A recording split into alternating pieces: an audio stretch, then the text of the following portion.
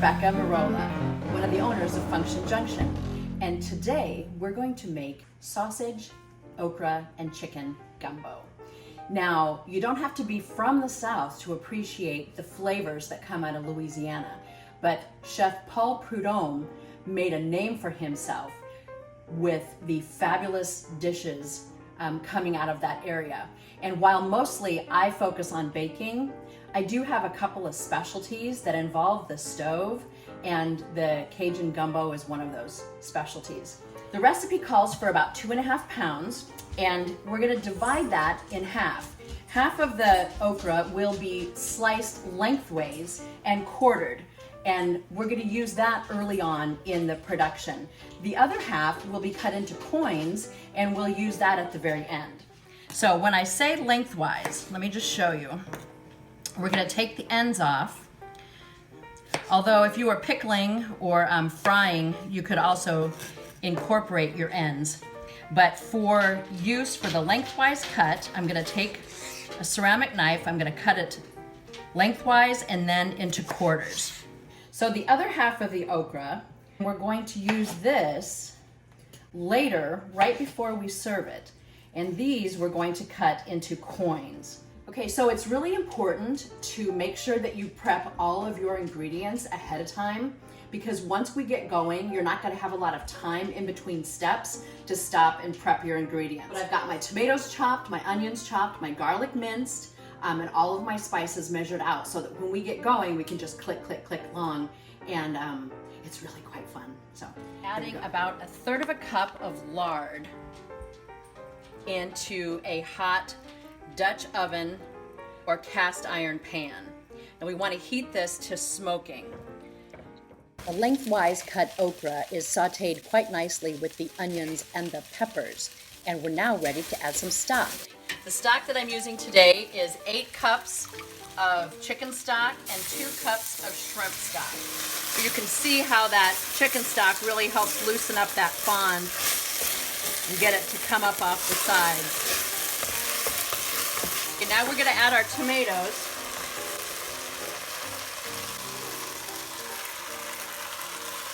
It's about 2 cups. These are garden tomatoes that we peeled and froze over the summer.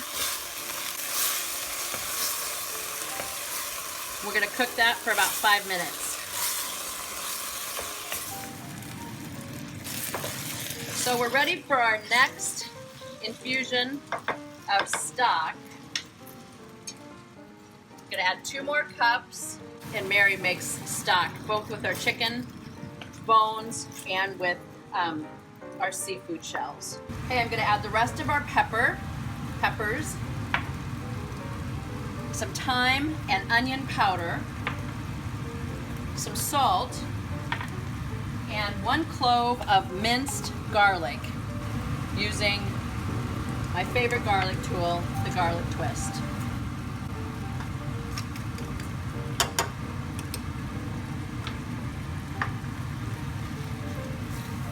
We're gonna let that cook for about 5 minutes before our next add. While we're waiting for this to finish cooking, I'm gonna go ahead and cut my sausage. I'm using Zatarain's andouille sausage, which has the best smoky flavor. And all I'm gonna do with this is cut it into coins. We're now going to add a whole stick of butter, and we're gonna stir this until it melts.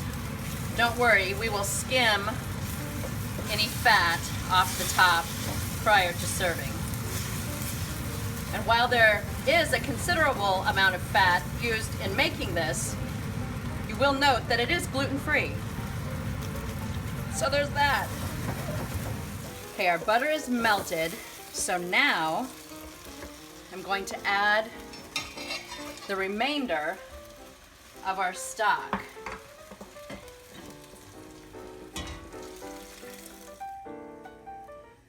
So we're gonna bring this up to boiling, and then we'll add our cooked chicken and our sausage.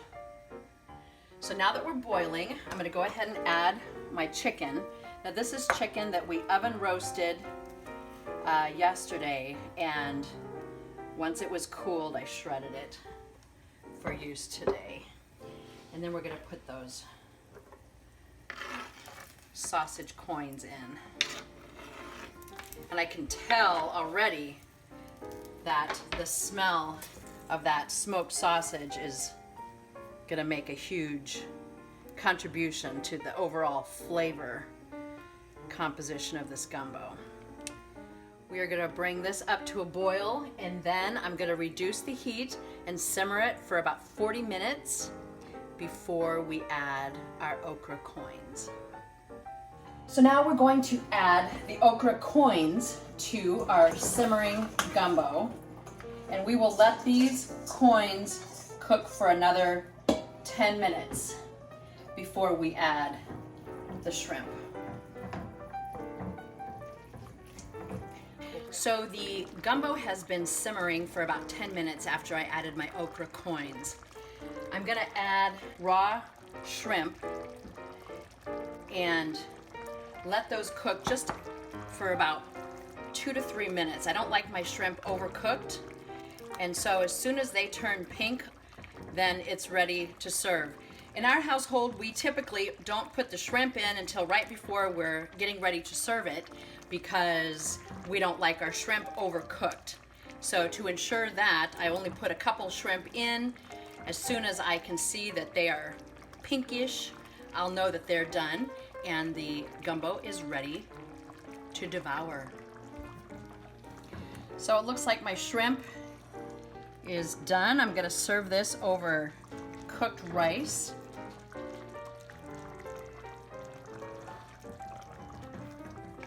So I'm Rebecca Marola. Thanks for hanging out with me today while we made Cajun Gumbo.